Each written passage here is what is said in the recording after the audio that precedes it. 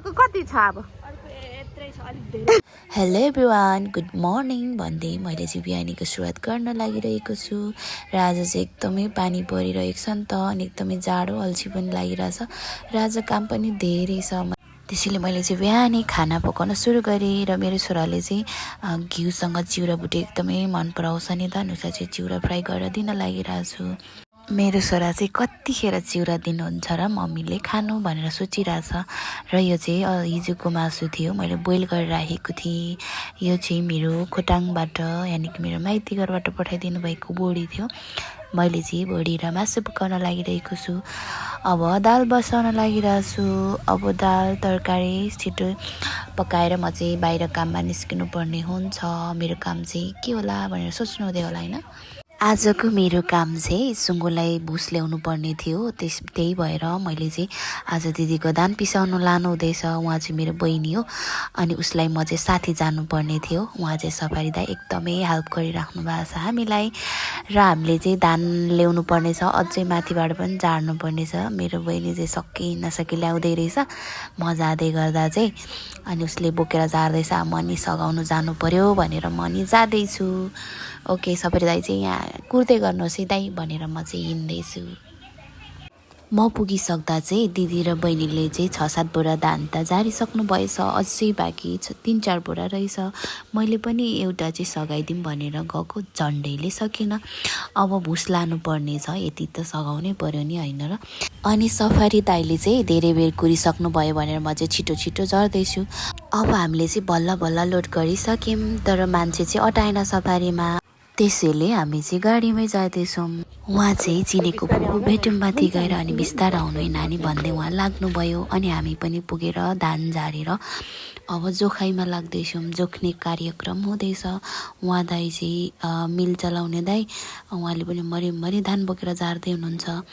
अनि मेरो बहिनी चाहिँ एकदमै डह्रो छ नि त उसले चाहिँ ठुलो ठुलो बोराहरू पनि आफै बोक्नु सक्छ उसले चाहिँ धान पनि पोखाउँदैछ अनि मैले चाहिँ बिस्तार गर है नानी भन्दैछु अनि उहाँ सफारी दाइले पनि एकदमै हेल्प गर्नुभयो हामीलाई अझै पनि धानहरू झार्नु छ अनि झारेर अझै पनि जोख्नु छ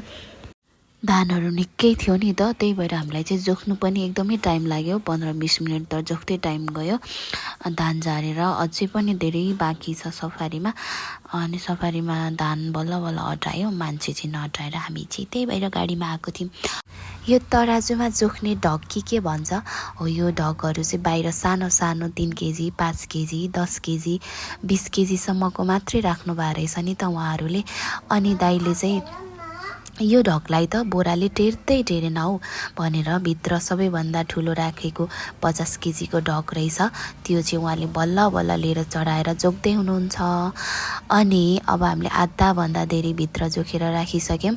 अनि सफारीमा चाहिँ अझै 3-4 बोरा नै बाँकी छ नि त अनि 3-4 जनाले अझै लिएर जोख्दै हुनुहुन्छ अनि म चाहिँ भिडियो बनाउँदैछु अब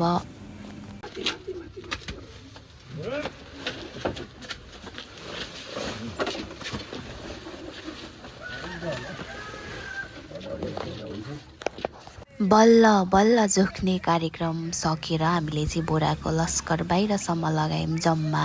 350 केजी भएछ धान चाहिँ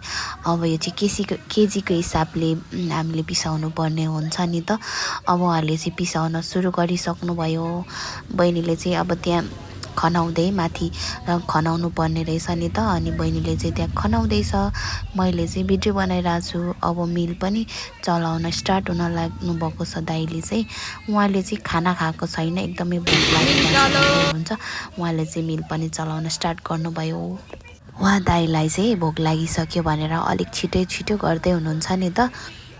यो चाहिँ धान पिसाइराखेको समयमा कुखुराको सानो सानो बच्चा देखेर खिचेको अब हामीले चाहिँ लोड पनि गरिसक्यौँ पिसिसकेर अनि बहिनीले चाहिँ मैले त पैसा पनि दिन बिर्सेछु भनेर फर्किँदैछ र हामी चाहिँ धान पिसाइसकेर दिदीको घरमा आइसक्यौँ र आइसकेको भिडियोहरू त मैले खिच्न सकिनँ किनभने एकदमै गाह्रो थियो पानी एकदमै धेरै पर्यो नि त अनि हामी त भिज्दै आएको नि त चामलहरू पनि भिज्यो भ्लगरहरूलाई यति इजिली देखिन्छ तर जति हामीले देखिन्छ त्यति सजिलो नहुँदो रहेछ जब आफूले भोगेपछि त्यही भएर मैले त्यस्तो दुःख कष्टमा मैले भिडियो बनाउन सकिनँ र यो चाहिँ गाउँमै काटेको मासु रहेछ अनि त्यही भएर मैले पनि ल्याइ मागेको थिएँ नि त, अनि त्यही भएर मलाई मासु दिनुलाई दिदीले छुट्याउँदै हुनुहुन्छ। अब हामी चाहिँ खाजा खानुतिर लाग्न आँट्यौँ। हामी चाहिँ मिल गएको थियौँ नि त, अनि दिदीले चाहिँ मिठो मिठो परिकार घरमा खाजा बनाउनु भएको रहेछ। अनि यो चाहिँ मासु, अनि त्यही थुक्पा, अनि यो चाहिँ सुप भिजिरहेको टाइममा त्यसै पनि तातो तातो झन् मिठो भएको थियो। अनि यो चाहिँ बाबुहरूलाई चाउमिन, उनीहरूले चाहिँ चाउमिन मन पराउँछ नि त। फाइनल्ली हाम्रो चाहिँ खाजा खाने बेला भयो। अब जाडो मौसमको बेलामा त्यो पनि तातो तातो सुपसँग थुक्पा एकदमै स्वादिष्ट भएको थियो। दिदीले चाहिँ रेडी गर्दै हुनुहुन्छ, अनि म चाहिँ कतिखेर दिदीले दिनुहुन्छ भनेर सोचिरहेको छु, र म चाहिँ भिडियो बनाइरहेको छु। र तपाईँहरू पनि यस्तै स्वादिष्ट थुक्पा खान चाहनुहुन्छ भने कृपया मलाई सम्पर्क गर्नुहोला भनेर त म भन्न सक्दिनँ। तपाईँहरूले आफ्नै पैसाले आफै दोकानमा गएर आफैले किनेर लिएर अनि आफैले ग्यास बालेर आफैले पकाउनु पर्ने हुन्छ, र त्यसरी खानुहोला, र हामीले पनि त्यसरी नै खाएको।